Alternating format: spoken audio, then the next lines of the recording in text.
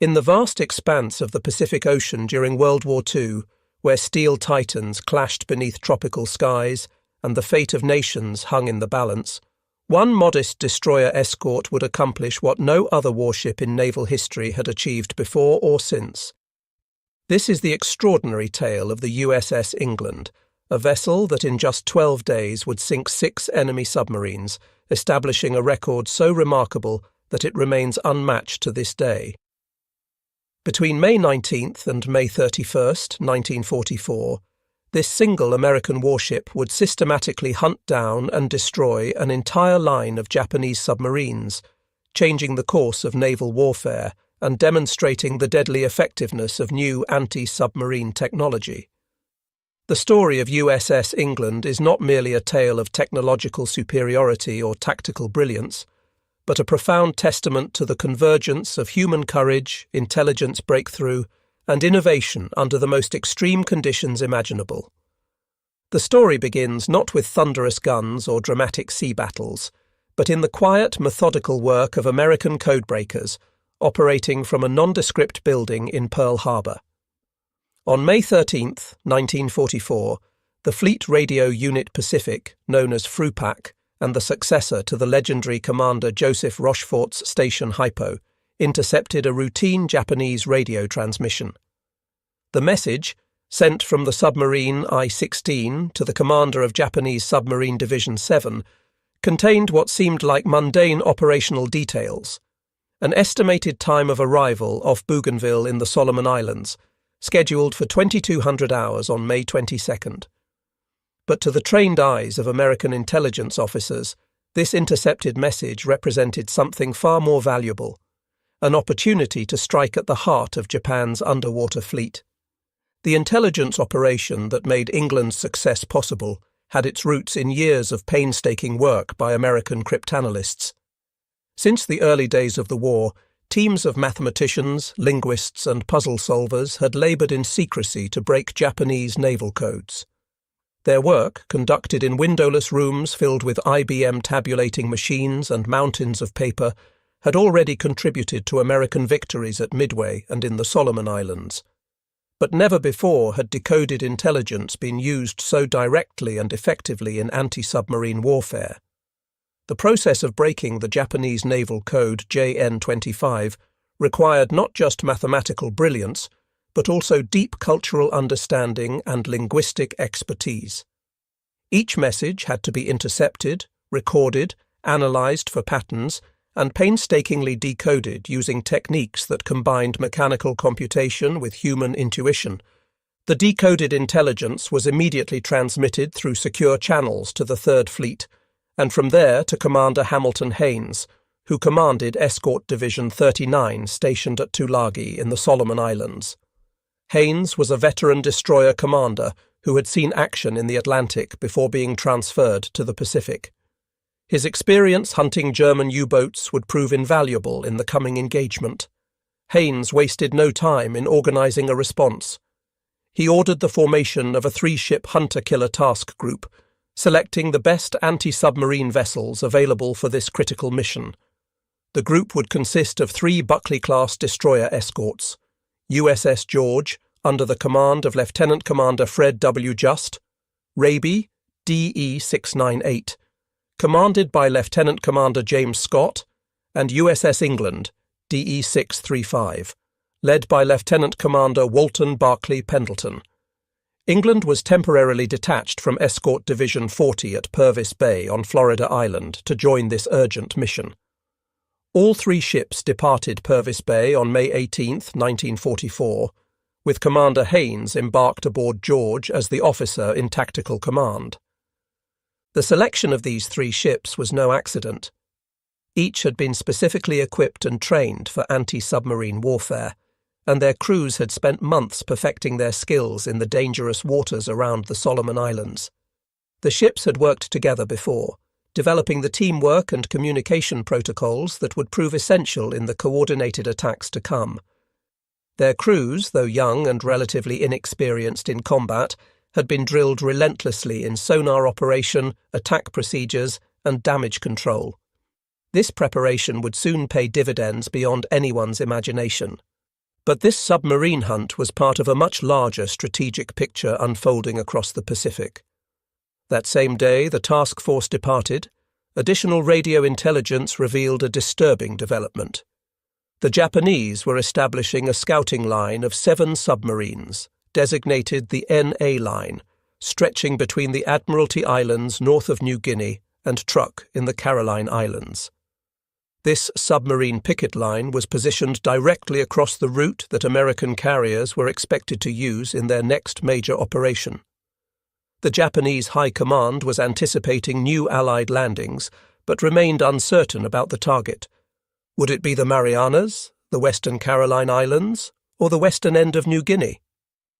The strategic thinking behind the Japanese submarine deployment reflected the desperate situation facing the Imperial Navy in mid-1944.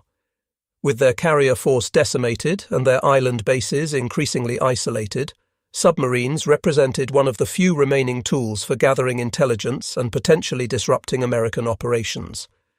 The NA Line was conceived as an early warning system that would give the Japanese fleet time to respond to American moves. Each submarine was assigned a specific patrol area, with orders to remain on station and report any American naval movements. The rigid nature of these assignments, so different from the flexible patrol areas used by American submarines, would prove to be a fatal flaw in the Japanese plan.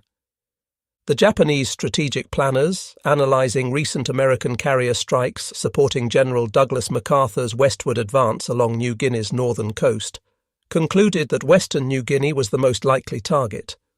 In response, the Commander-in-Chief of the Japanese Combined Fleet, Admiral Somu Toyoda, issued orders for Operation A-Go, intended to be the decisive naval battle that would halt the American advance and protect Japan's inner defense perimeter, encompassing the Marianas, Western Caroline Islands, and Western New Guinea. The execution of this plan would ultimately lead to catastrophic Japanese defeats in what history would remember as the Battle of the Philippine Sea and the Marianas Turkey Shoot, where Japan would lose 3 aircraft carriers and hundreds of irreplaceable pilots and aircraft in June 1944. The planning for Operation A-Go revealed the fundamental weaknesses in Japanese naval strategy by 1944. The loss of experienced pilots at Midway, the Eastern Solomons, and Santa Cruz had never been fully replaced. The new pilots being rushed through abbreviated training programs lacked the skills of their predecessors. Meanwhile, American pilot training had become a massive industrial enterprise, producing thousands of highly trained aviators. The technological gap was widening too. American fighters like the F-6F Hellcat significantly outperformed their Japanese counterparts, and American ships bristled with radar-directed anti-aircraft guns that made attacking them increasingly suicidal. To support Operation A-Go, Vice Admiral Takagi Takeo, commander of the Japanese 6th Fleet, submarines, directed submarines from the 7th Submarine Squadron to establish the NA scouting line. Takagi was a veteran submarine commander who had witnessed the steady deterioration of Japan's underwater fleet. At the war's start, Japanese submarines had been among the best in the world, with highly trained crews and excellent torpedoes. But losses had been heavy, and replacement crews lacked the skill and experience of their predecessors. Moreover, Japanese submarine doctrine, which emphasized attacks on warships rather than merchant vessels, had proven strategically flawed. While American submarines were strangling Japan's supply lines, Japanese submarines were being hunted to extinction, with little to show for their sacrifice. In a decision that would prove fatal, 7 Japanese submarines were assigned to specific fixed positions along this line, rather than being given flexible operating areas as American submarines typically were. This rigid positioning would become a critical vulnerability. The chain of events that would doom these submarines began when Japanese forces intercepted an American aircraft's contact report on submarine RO-104. In response, the Japanese promptly radioed orders to the entire NA line to shift their positions 60 nautical miles to the southeast, transmitting specific coordinates for each submarine's new position. This seemingly routine operational message was intercepted by American radio intelligence and immediately forwarded to the Joint Intelligence Center Pacific Ocean area, where cryptanalysts worked feverishly to break out the coordinates. The process was complex and required not just breaking the code, but understanding the Japanese Navy's coordinate system and operational procedures. Though the process was complex and required careful analysis, the American codebreakers successfully extracted the precise positions of each submarine in the NA line. For the first time in the Pacific War, this ultra-secret intelligence would be sanitized and shared directly with anti-submarine forces, giving them an unprecedented advantage in hunting enemy submarines. The intelligence proved remarkably accurate. In each case, the Japanese submarines would be found within 50 nautical miles, and often much closer, to exactly where the decoded messages indicated they would be. The decision to share this intelligence with tactical units represented a significant risk. If the Japanese realized their codes were compromised, they might change them, depriving the Allies of a crucial advantage. Elaborate precautions were taken to disguise the source of the intelligence. Cover stories were prepared attributing the submarine discoveries to aerial reconnaissance or routine patrols. The crews of the destroyer escorts were told they were acting on aerial sighting reports, never knowing that their success was enabled by one of the war's most closely guarded secrets.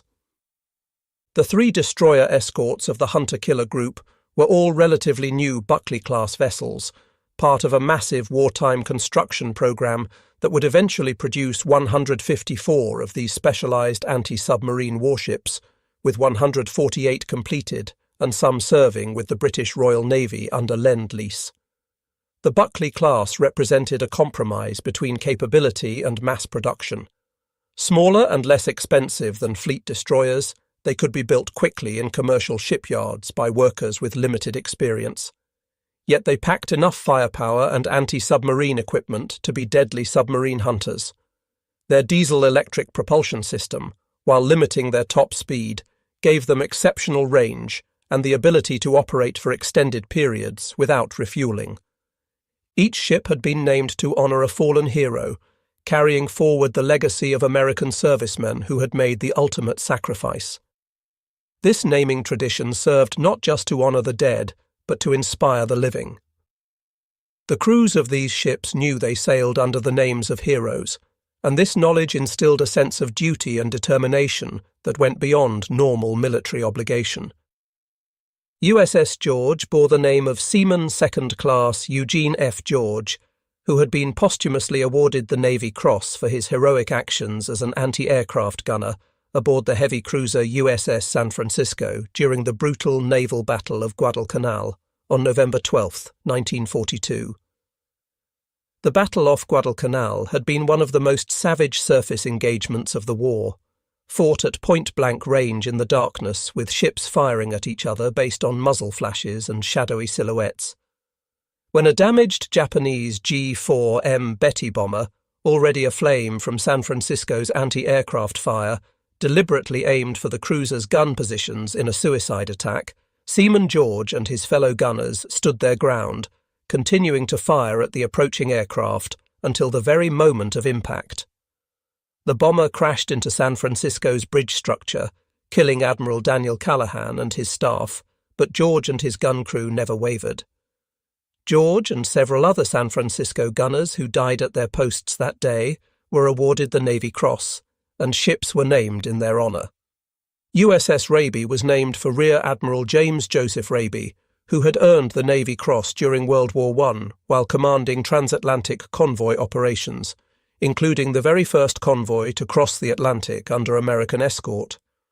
Raby had been a pioneer in anti-submarine warfare during the First World War, developing many of the tactics and procedures that were still in use. His experience had proven that convoys, properly escorted, could defeat the submarine menace. Tragically, Admiral Raby was killed in an automobile accident in 1934 while serving as commandant of the Charleston Naval District, but his legacy of protecting merchant shipping would live on through the vessel that bore his name. USS England carried perhaps the most poignant history of all. She was named for Ensign John Charles England, a young naval officer who had been killed during the Japanese attack on Pearl Harbor on December 7, 1941. England, just 4 days shy of his 21st birthday, had volunteered to work in USS Oklahoma's radio room that fateful morning, trading shifts with a friend so the other man could spend more time with his family when they arrived in Hawaii. England himself was eagerly awaiting the arrival of his wife and 3-week-old daughter, whom he had never seen. When Japanese torpedoes struck the battleship and she began to capsize, Ensign England initially escaped to the deck. The scene that greeted him was one of unimaginable chaos. Oklahoma was rolling over, trapping hundreds of men inside her hull. Oil-covered sailors were struggling in the water, some on fire, while Japanese aircraft strafed survivors. But remembering the men still trapped in the radio room below, England made a fateful decision. He returned to the sinking ship's interior. 3 times he descended into the capsizing battleship, each time successfully guiding a trapped sailor to safety through passages that were rapidly filling with water and oil. The ship's electrical system had failed, plunging the interior into darkness. England had to navigate by touch and memory, fighting against rushing water and the ship's increasing list. On his 4th attempt to rescue his shipmates, Ensign England disappeared into the Oklahoma's flooding compartments and was never seen again. He was one of 429 officers and men who perished aboard Oklahoma that day. The tragedy of USS Oklahoma was one of the most horrific of Pearl Harbor. As the ship capsized, hundreds of men were trapped in air pockets within her hull.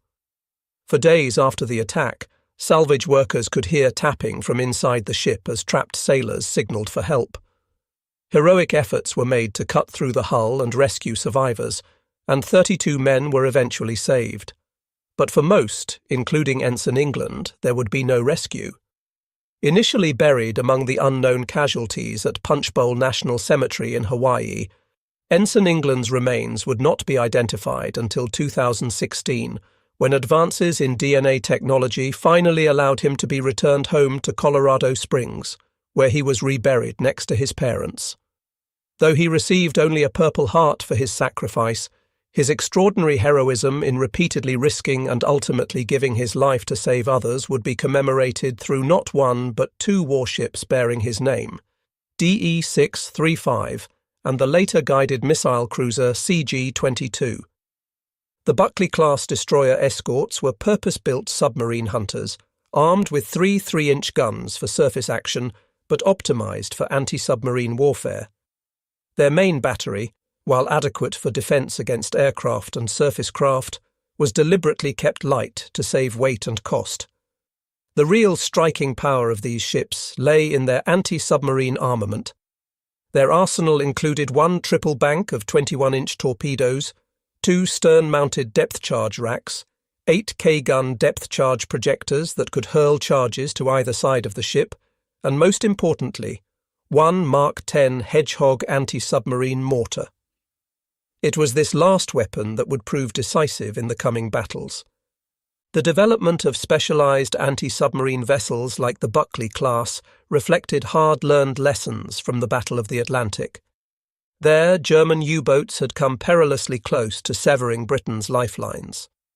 The Allies had learned that defeating submarines required not just weapons, but also specialized platforms optimized for the task.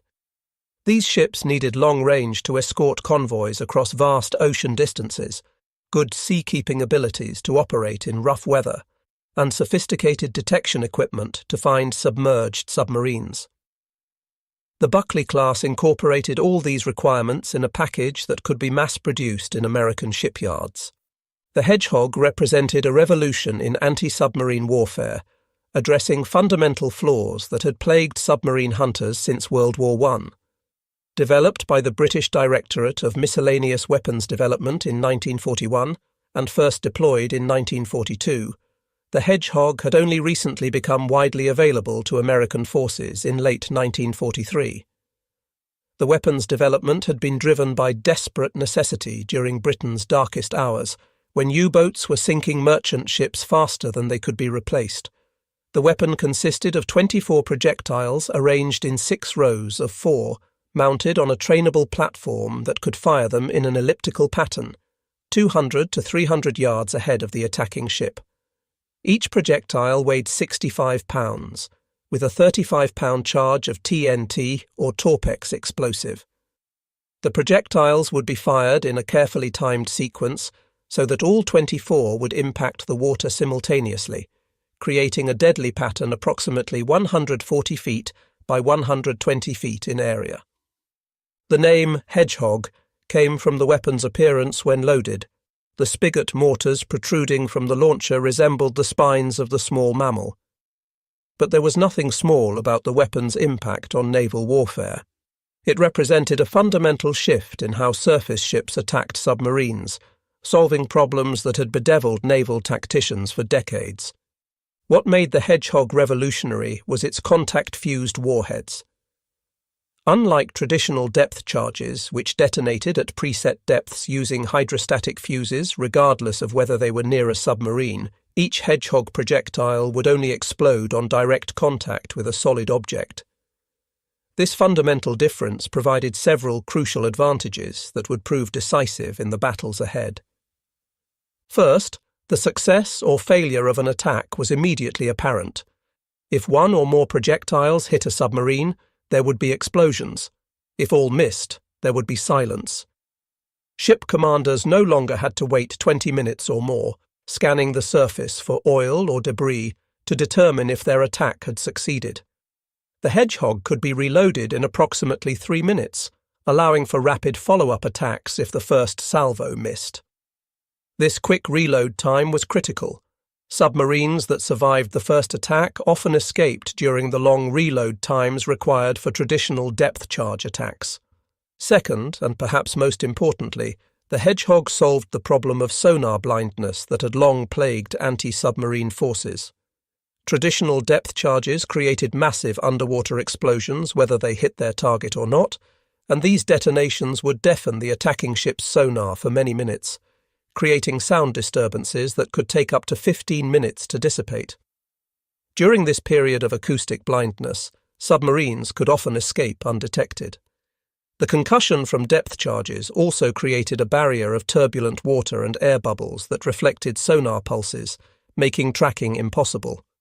With the Hedgehog, if the projectiles missed, there were no explosions to disturb the water, allowing the attacking ship to maintain continuous sonar contact and immediately set up for another attack. The psychological dynamics were also different. While depth charges created a terrifying barrage of explosions that could damage submarine morale even when they missed, potentially forcing submarines to surface or surrender, the Hedgehog was a silent killer. Submarines had no warning that an attack was underway until the projectiles were already in the water, taking about 7 seconds to sink to 200 feet. This gave submarine commanders no time to take evasive action. With traditional stern-dropped depth charges, experienced submarine captains could calculate when they entered the attacking ship's minimum sonar detection range and execute sharp evasive maneuvers to avoid the charges being rolled off the stern. Some submarine commanders had become so skilled at this that they could predict almost exactly when depth charges would explode and maneuver accordingly. The Hedgehog eliminated this tactical option entirely. Statistics from the war would later prove the Hedgehog's devastating effectiveness. British analysis showed that during World War II, an average of 60 traditional depth charge attacks were required to sink one submarine. In the early war period, this ratio was even worse, sometimes over 100 attacks per kill. With the Hedgehog, this ratio improved dramatically to approximately 1 submarine sunk for every 5 to 6 attacks, a 10-fold improvement in lethality. Although each Hedgehog projectile carried less explosive power than a standard depth charge, a direct hit from even a single projectile was usually sufficient to breach a submarine's pressure hull and send it to the bottom. The contact explosion against the hull was far more destructive than the pressure wave from a near-miss depth charge explosion, as the hull itself helped contain and focus the explosive force inward. The submarine I-16 that had triggered this hunt was no ordinary vessel but a veteran of 9 war patrols with a distinguished if ultimately tragic combat record. A Type C-1 submarine, one of the largest in the Japanese fleet, I-16 was 358 feet long and displaced 3,561 tons submerged. She was specially equipped to carry a Type A midget submarine mounted on her deck, and it was I-16 that had achieved a unique place in history by launching the very first midget submarine attack of the Pacific War. The story of I-16's role at Pearl Harbor illustrated both the innovation and the ultimate futility of Japanese naval special operations. The midget submarine program had been developed in great secrecy, with the tiny two-man craft intended to penetrate enemy harbors and deliver devastating torpedo attacks. 5 mother submarines, including RM-16, had carried midget submarines to Pearl Harbor, launching them in the pre-dawn hours of December 7, 1941.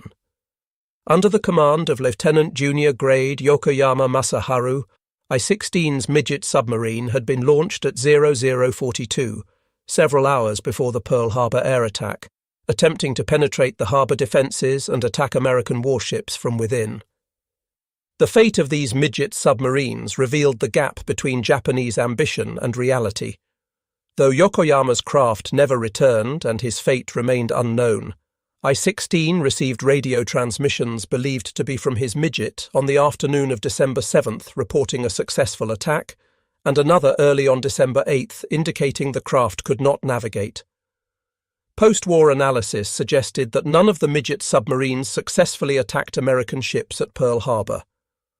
One was sunk by the destroyer USS Ward in the war's opening shots. Another was destroyed inside the harbor by USS Monaghan. One ran aground, and its sole survivor became America's first Japanese prisoner of war, and 2 simply vanished. None of the 5 midget submarines launched that day returned to their motherships, and of the 10 crewmen, only 1 survived the war as a prisoner. 6 months later, on May 30, 1942, I-16 achieved what had eluded her at Pearl Harbor, a successful midget submarine attack. Operating in the Indian Ocean against British forces at Diego Suarez, Madagascar, I-16 launched another midget submarine commanded by Ensign Iwase Katsusuke. This midget submarine successfully penetrated the British anchorage and fired its torpedoes, scoring a hit on the British battleship HMS Ramillies that caused severe damage.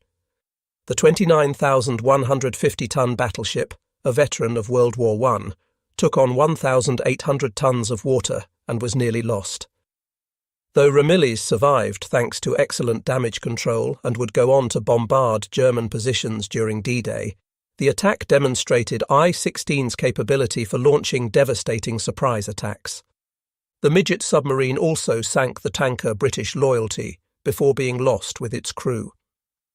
This success at Madagascar represented the high watermark of Japanese midget submarine operations, proving the concept could work under the right circumstances, but also highlighting the extreme danger and typically one-way nature of such missions.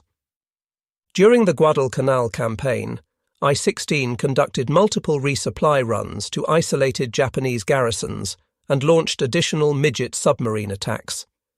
The submarine had become part of the Tokyo Express, the desperate effort to supply Japanese forces in the Solomon Islands by submarine after surface ships could no longer safely make the journey.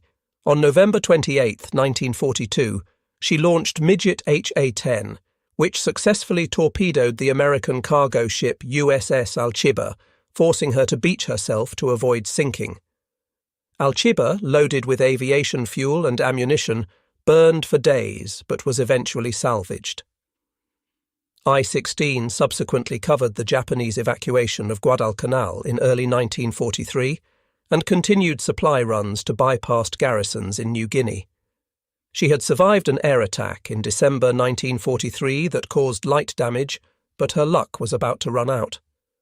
The supply missions that I-16 and her sisters undertook represented the deteriorating Japanese strategic position. Once proud fleet submarines were reduced to carrying rice and medical supplies to starving garrisons on bypassed islands. Each mission meant running a gauntlet of American aircraft and warships for the dubious reward of delivering a few tons of supplies to troops who were ultimately doomed. It was a terrible waste of scarce submarines and trained crews, but the Japanese Navy's code of honor demanded that no garrison be abandoned while any means of supply remained. On May 14, 1944, I-16 departed Truk Lagoon under the command of Lieutenant Commander Takeuchi Yoshitaka, carrying a cargo of rice in 75-pound rubber bags intended for the starving Japanese garrison at Buin on Bougainville. The garrison there had been bypassed by American forces and was slowly being starved into submission, making supply runs by submarine their only lifeline. The 40,000 Japanese troops on Bougainville had been cut off since November 1943, and conditions had become desperate. Men were dying of starvation and disease daily, and incidents of cannibalism had been reported. But I-16's departure transmission, intercepted and decoded by American intelligence, had sealed her fate. The 3 American destroyer escorts were already converging on her predicted position. On the afternoon of May 19, 1944, an Allied reconnaissance aircraft, a consolidated PBY Catalina from a Navy patrol squadron, spotted I-16 on the surface north of Bougainville, confirming the intelligence that had brought the hunter-killer group to these waters. The submarine was running on the surface to recharge her batteries and make better speed toward her destination. Japanese submarines of this period suffered from relatively weak batteries and slow underwater speeds, forcing them to spend considerable time on the surface where they were vulnerable to aircraft and radar-equipped warships. The 3 destroyer escorts immediately formed a line abreast and commenced a coordinated sonar sweep of the area. This formation, with ships spaced at optimal sonar detection intervals, created an acoustic net that few submarines could escape. At 13:35 hours, England's sonar operator, a young sailor from Iowa who had never seen the ocean before joining the Navy, reported contact with a submerged submarine. The distinctive ping of the sonar return indicated a solid object at a range of 1,350 yards. The hunt was on. I-16 immediately commenced the standard Japanese submarine evasion tactics, radical changes in depth and direction, sudden speed changes, and sharp turns designed to throw off the attacking ship's targeting solution. These tactics had been developed through hard experience and had saved many submarines from destruction. Japanese submarine commanders were trained to think three-dimensionally, using depth as well as course changes to evade attackers. Lieutenant Commander Takeuchi was fighting for his life and the lives of his 106 crew members. Lieutenant Commander Pendleton brought England in for her first attack run. The approach required precise coordination between the sonar operators tracking the submarine, the plotting team calculating the target's course and speed, and the Hedgehog crew preparing their weapon. But the first Hedgehog salvo missed as I-16 successfully evaded, diving deep and turning sharply at the last moment. The second attack also failed to connect. I-16 was using every trick in the book, releasing bubbles to create false sonar targets, changing depth rapidly to throw off range calculations, and making radical course changes that pushed the submarine's hull to its structural limits. On the third attack, England's Hedgehog scored a single hit, but the big submarine's strong hull absorbed the damage, and she continued her desperate evasion maneuvers. The explosion would have been devastating inside the submarine, the concussion throwing men against bulkheads, shattering light bulbs and potentially causing flooding. But I-16's crew managed to maintain control and continue evading.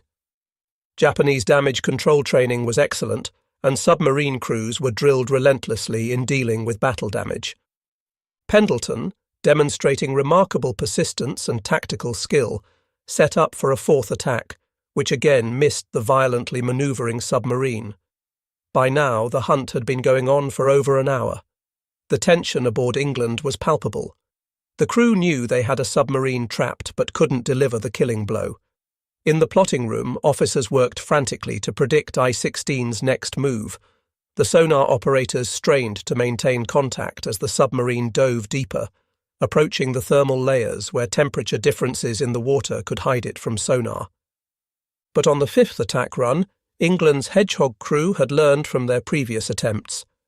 They had noticed patterns in Clow 16's evasion tactics, a tendency to turn to port when diving, a preference for certain depth bands. At 14:35 hours, multiple projectiles found their mark, and the ocean erupted. The massive underwater explosion that followed was so powerful it lifted England's stern completely out of the water, throwing men to the deck and rattling the entire ship. The explosion was heard and felt on the other destroyer escorts thousands of yards away. 20 minutes later, oil and debris began rising to the surface. Rice bags, pieces of wood, cork insulation, and other unmistakable evidence that I-16 had been destroyed. Among the debris were personal effects, a sailor's cap, pages from a Japanese book, a wooden sandal, poignant reminders of the human cost of war. The submarine that had launched the first attack at Pearl Harbor was gone, taking all 107 officers and men, including Lieutenant Commander Takeuchi, to their deaths. They had died in the service of a lost cause, carrying rice to a garrison that would surrender anyway when the war ended. Meanwhile, the 7 submarines of the NA line had departed Saipan around May 17, 1944, to take up their assigned positions. The departure had been marked by a ceremony attended by Vice Admiral Takagi himself, who exhorted the submarine commanders to do their duty for the Emperor. Each captain received a ceremonial cup of sake and a white headband inscribed with patriotic slogans. They knew the odds against their survival were high.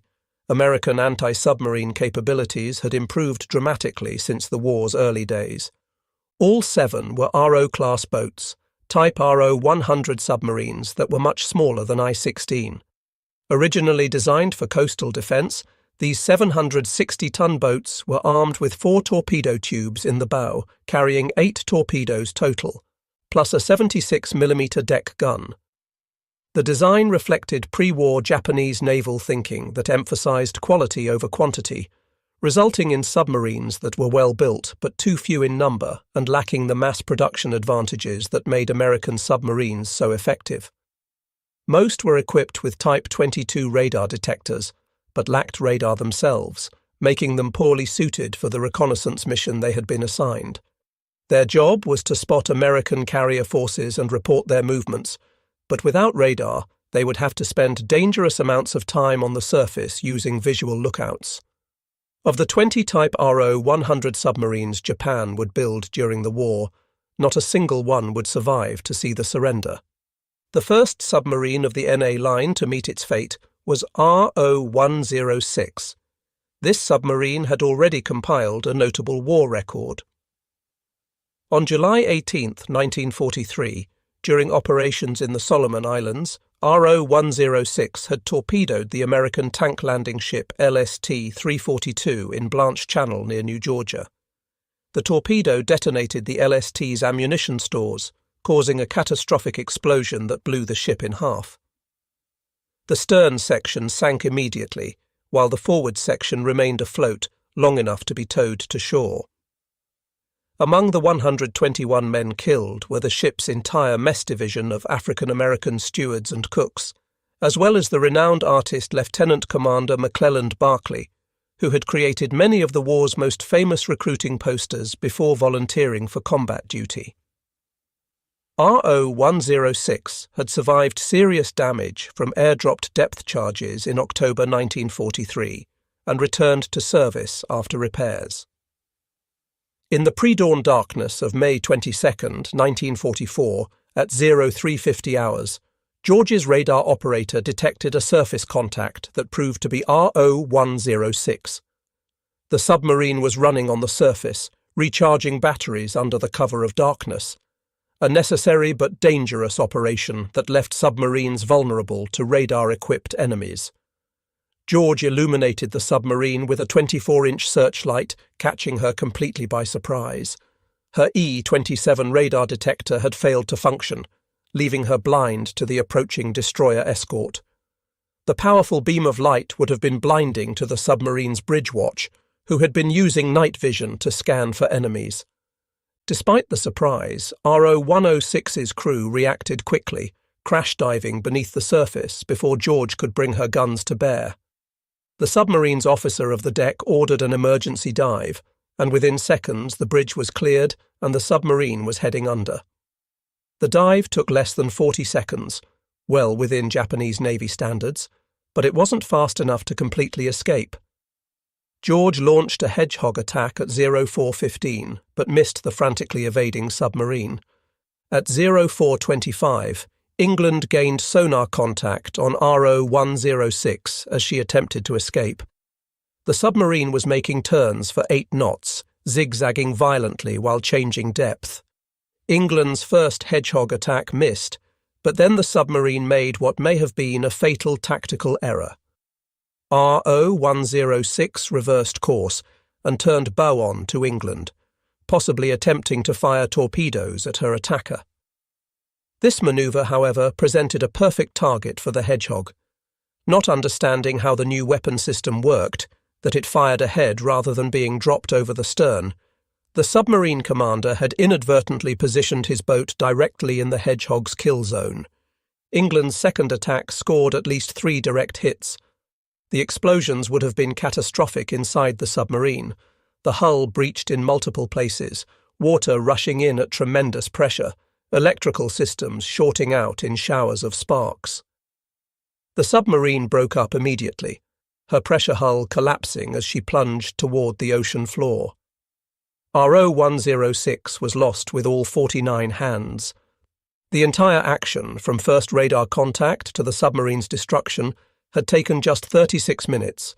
The next day brought another success. RO-104, under the command of Lieutenant Hisashi Izubuchi, had spent most of her previous patrols in the frigid waters of the North Pacific and Aleutian Islands, a stark contrast to the tropical waters where she now hunted. The North Pacific had been a secondary theatre for Japanese submarines, used mainly for reconnaissance and occasional attacks on the supply line between the United States and the Soviet Union. During operations in the Solomons in late 1943, RO-104 had performed a remarkable rescue mission on November 3, 1943, saving 75 survivors of the Japanese light cruiser Sendai after she was sunk in a night surface action with American cruisers during the Battle of Empress Augusta Bay. The rescue had been performed under dangerous conditions, with American aircraft patrolling overhead and the constant threat of discovery by American warships. Among those rescued was Rear Admiral Baron Matsuji Ijuen, commander of Japanese destroyer Squadron 3, whose survival was considered vital to the Imperial Navy. On May 23, 1944, at 0604 hours, an Allied aircraft spotted RO-104 on the surface approximately 250 nautical miles north-northwest of Kavieng, New Ireland. This time the submarine's radar detector worked, giving just enough warning for an emergency dive. The submarine's lookouts spotted the aircraft at almost the same moment the radar detector alarm sounded, and she quickly submerged before the destroyer escorts could close to gun range. Once submerged, RO-104's captain employed every evasion technique he knew. Raby made the first attack run, but RO-104 had learned from the fate of her sisters. In addition to violent evasive manoeuvres, the submarine employed a sophisticated countermeasure, transmitting bursts of tuned sound impulses designed to jam Raby's sonar. This technique, known as acoustic deception, had been developed by Japanese submariners as a last-ditch defense against sonar-guided attacks. The tactic worked. Raby made 4 Hedgehog attacks over the course of 2 hours, all of which missed. George then took over the attack, with her crew determined to succeed where Raby had failed. The destroyer escort made 5 Hedgehog runs against the elusive submarine. Despite the crew's best efforts and increasingly accurate attacks, all 5 salvos missed as RO-104 twisted and turned beneath the waves. The submarine's captain was fighting for his crew's lives with skill and determination, but he was only delaying the inevitable. Each evasion maneuver consumed precious battery power, and the submarine's air was growing foul with carbon dioxide as the life support systems struggled to keep up. Finally, at 0819, England moved in for her turn. The first Hedgehog attack missed, but England's sonar team had been carefully observing RO-104's evasion patterns for over 2 hours. They noticed that the submarine tended to turn to starboard while diving, preferred depths between 200 and 250 feet, and accelerated just before making major course changes. On the second attack, England's team had precisely calculated RO-104's next move. Between 10 and 12 projectiles found their mark, and the resulting underwater explosion was followed by the unmistakable sounds of a submarine breaking up, the screech of tearing metal, the thunder of imploding compartments, and then silence. It wasn't until 10:45 that debris finally reached the surface, confirming that RO-104 and all 58 hands had been lost. The debris field was extensive: wooden decking, cork insulation, clothing, and the oil slick that had become the signature of a submarine's grave. Among the debris was a life ring with Japanese characters, providing definitive proof of the kill. The deadly efficiency of the hunter-killer group was becoming apparent. In just 4 days, they had sunk 3 Japanese submarines. But the hunt was far from over. The very next day, May 24th, brought another contact and another kill. RO-116 was relatively new, on only her second war patrol under the command of Lieutenant Commander Shibuya Kunio. The submarine had been commissioned just 6 months earlier, and her crew was still gaining experience.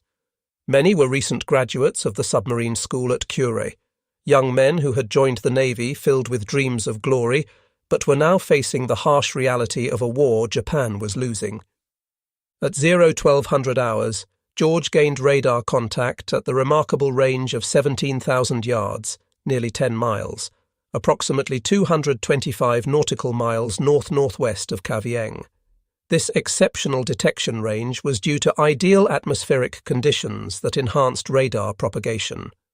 RO-116 dove immediately, but her crash dive was slower than it should have been, a sign of her crew's relative inexperience. At 15:00, George gained sonar contact at just 750 yards. The submarine employed the same desperate tactics as her predecessors: violent rudder shifts, radical depth changes, and sophisticated sonar jamming. These tactics proved temporarily successful, frustrating George's attacks. The destroyer escort made multiple runs, but each time RO-116 managed to evade at the last moment. England moved in and made 2 aborted Hedgehog runs when the targeting solution fell apart at the last moment. The submarine was fighting hard, but her crew's inexperience was beginning to show. Their evasion patterns were becoming predictable, and they were slow to respond to the attacking ship's manoeuvres. But on the third attempt, England's crew had RO-116's number. At 0214, at least 3 projectiles struck home. The submarine's destruction was swift but oddly quiet. There were none of the massive secondary explosions that had marked previous kills. This suggested that RO-116's torpedoes had not detonated, possibly because the hits were in areas away from the torpedo room, or because safety procedures had prevented sympathetic detonations. RO-116 simply broke apart and sank, taking all 56 hands with her into the depths. 2 days later, on May 26th, the hunter-killer group found RO-108, commanded by Lieutenant Obari Kenichi. This submarine had already proven herself dangerous to American forces. On October 3, 1943, RO-108 had fired a spread of 4 torpedoes at 3 American destroyers that presented an overlapping target in Huon Gulf off New Guinea. It had been a textbook attack. RO-108 had detected the destroyers by their sonar pinging, manoeuvred into perfect position, and fired a spread that gave maximum probability of hits. USS Smith detected the torpedo wakes and successfully evaded, her captain ordering emergency speed and full rudder to comb the wakes. But USS Henley was not so fortunate. 2 torpedoes struck her port side amidships in the No. 1 fire room, breaking the destroyer's keel. The hits were devastating. The explosion ruptured fuel tanks, started massive flooding, and broke the ship's back. Henley broke in too and sank rapidly, killing 15 men and wounding 52 others. Smith and USS Reed counter-attacked, but RO-108 escaped, diving deep and running silent, while the Americans dropped depth charges in her wake. Later, on December 17, 1943, RO-108 was caught on the surface by a PBY Catalina flying boat while recharging her batteries. The aircraft's attack with depth charges caused serious damage, and the submarine went down by the stern, taking on water through damaged hull plates.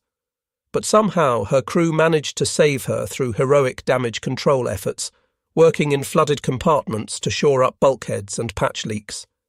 She returned to service after months of repairs at Truk. At 23:03 hours on May 26th, Raby gained radar contact on RO-108 at 15,000 yards, approximately 110 nautical miles northeast of Seidler Harbour at Manus Island. England also gained radar contact before the submarine Dove. Once submerged, England gained sonar contact at 1,650 yards. The submarine was making maximum submerged speed, trying to open the range before the destroyer escorts could attack. Raby was vectored in for the first attack, but her Hedgehog salvo missed. The submarine had turned inside Raby's attack run, a manoeuvre that required precise timing and steady nerves. At 23:23, England commenced her attack run. This time there would be no prolonged hunt. England's Hedgehog scored between 4 and 6 hits on the first salvo. The multiple explosions would have torn RO-108 apart instantly.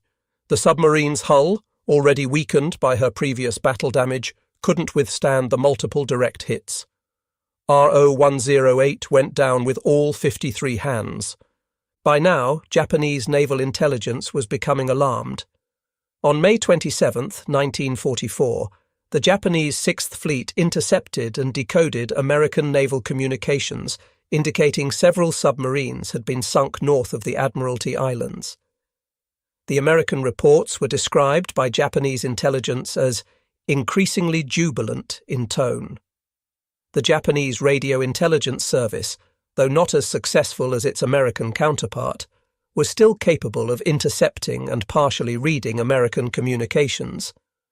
Warning messages were immediately transmitted to the remaining submarines of the NA line. The messages were sent on multiple frequencies and repeated several times to ensure reception. RO-112 received the warning and immediately cleared the area. She would survive only to be sunk by USS Batfish off Luzon on February 11, 1945, with the loss of all 61 hands.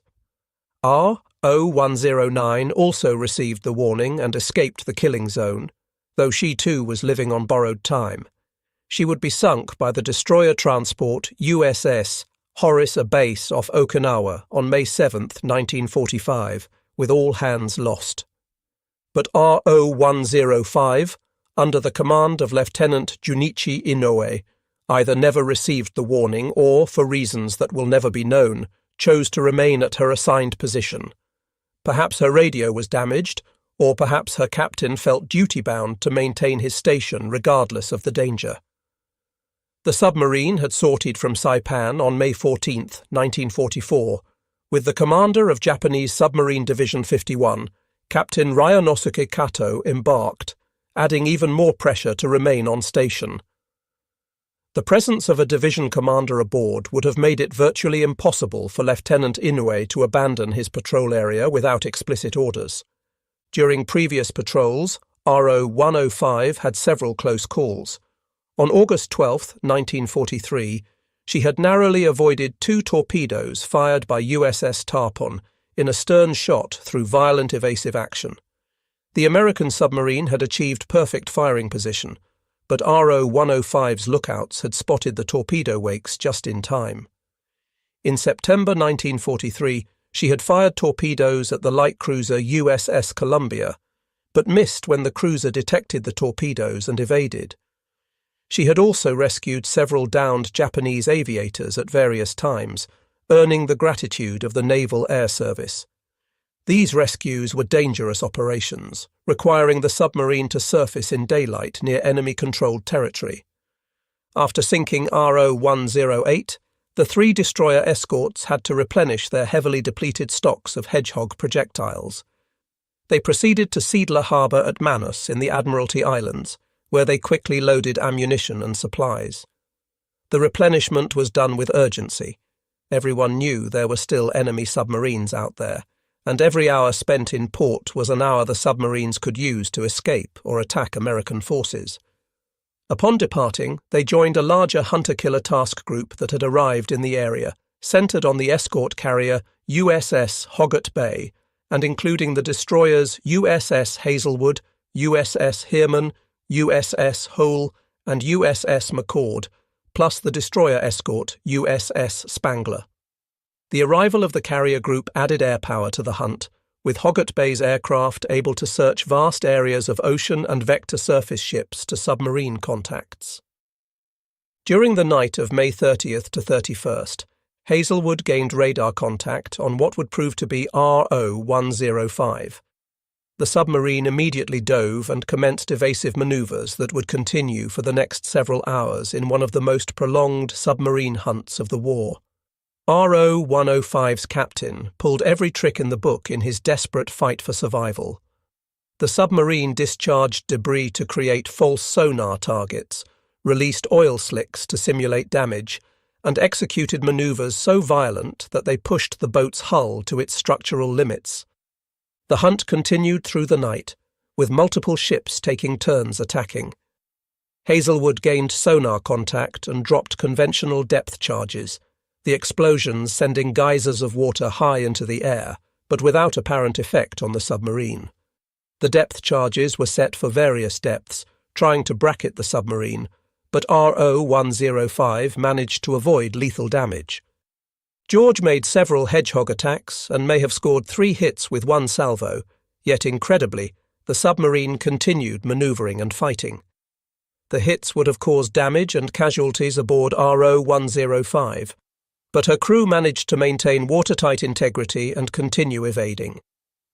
Japanese submarines were strongly built, with multiple watertight compartments that could allow them to survive significant damage. As dawn broke on May 31st, Spangler and England joined the attack. The sunrise revealed a calm sea with an oil slick marking where the submarine had been hit, but RO-105 was still fighting. Spangler's Hedgehog attack missed when the submarine made a radical turn at the last moment. At this point, Commander Haynes, still aboard George, transmitted a message that would become part of naval legend. "Oh hell, go ahead, England." It was both an acknowledgement of England's superior success rate and the expression of frustration at the submarine's stubborn refusal to die. England's crew, who had been watching their sister ships attack without success, were eager for their chance. England's attack was devastating. Her crew had been observing RO-105's evasion patterns all night and had noticed subtle patterns, a slight hesitation before major turns, a preference for certain depth bands when under attack. At 0736, the Hedgehog salvo triggered a massive underwater explosion that dwarfed even the spectacular destruction of I-16. Between 6 and 10 projectiles found their mark, and the resulting detonations were followed by secondary explosions as RO-105's own torpedoes detonated. The violence of the explosion was extraordinary. A column of water shot hundreds of feet into the air, and the shock wave could be felt through the hulls of ships miles away.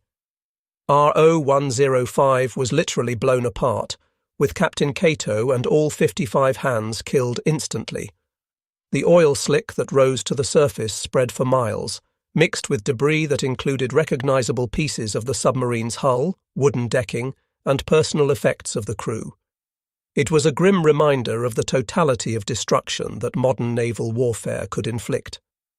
In just 12 days, from May 19th to May 31st, 1944, USS England had sunk 6 Japanese submarines, a feat unparalleled in the history of anti-submarine warfare. The achievement was all the more remarkable considering that England was not a powerful destroyer, but a modest destroyer escort, and that she was just 5 months out of the shipyard on her first war patrol. The statistics spoke for themselves. Of the 7 submarines assigned to the NA line, 6 had been destroyed, with 5 of them falling to England's Hedgehog. Only RO-109 had escaped, and she would meet her fate less than a year later off Okinawa.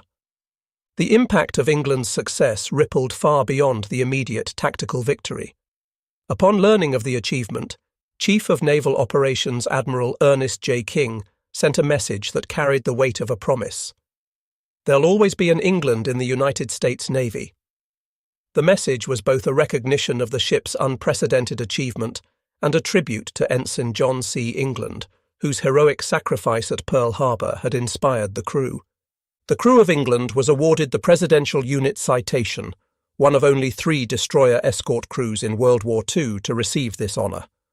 The citation read in part, "For extraordinary heroism in action against enemy Japanese submarines in the Pacific War area from May 19th to 31st, 1944, the USS England's brilliant performance in this vital mission contributed materially to the successful operations of our forces and upheld the highest traditions of the United States Naval Service." Lieutenant Commander Pendleton received the Navy Cross for his leadership during the submarine killing spree, though many historians have noted that his executive officer, Lieutenant John A. Williamson, deserved equal credit for the ship's remarkable tactical proficiency. Williamson had been the one conducting endless drills, refining attack procedures, and maintaining the crew's edge during long months of routine patrols. His contribution to England's success would be recognised when he later assumed command of the ship. The strategic implications were even more significant than the Navy leadership initially realised. The loss of the NA line submarines initially convinced Japanese naval commanders that a large American force had passed through the area en route to the Western Carolines or Western New Guinea, rather than the actual target, the Mariana Islands. This misinterpretation caused Admiral Toyoda to delay and misdirect the execution of Operation Ago. Japanese fleet units wasted precious fuel moving to the wrong positions, and by the time they realized their error and repositioned to defend the Marianas, it was too late. The American invasion of Saipan began on June 15, 1944, catching the Japanese fleet out of position. The resulting Battle of the Philippine Sea, fought on June 19 to 20, 1944, saw the destruction of Japanese naval aviation as an effective force. In what American pilots called the Marianas Turkey Shoot, over 400 Japanese aircraft were shot down against minimal American losses. 3 Japanese carriers were sunk, and the myth of Japanese naval aviation superiority was permanently shattered. The loss of the Marianas also brought American B-29 bombers within range of the Japanese home islands, sealing Japan's fate.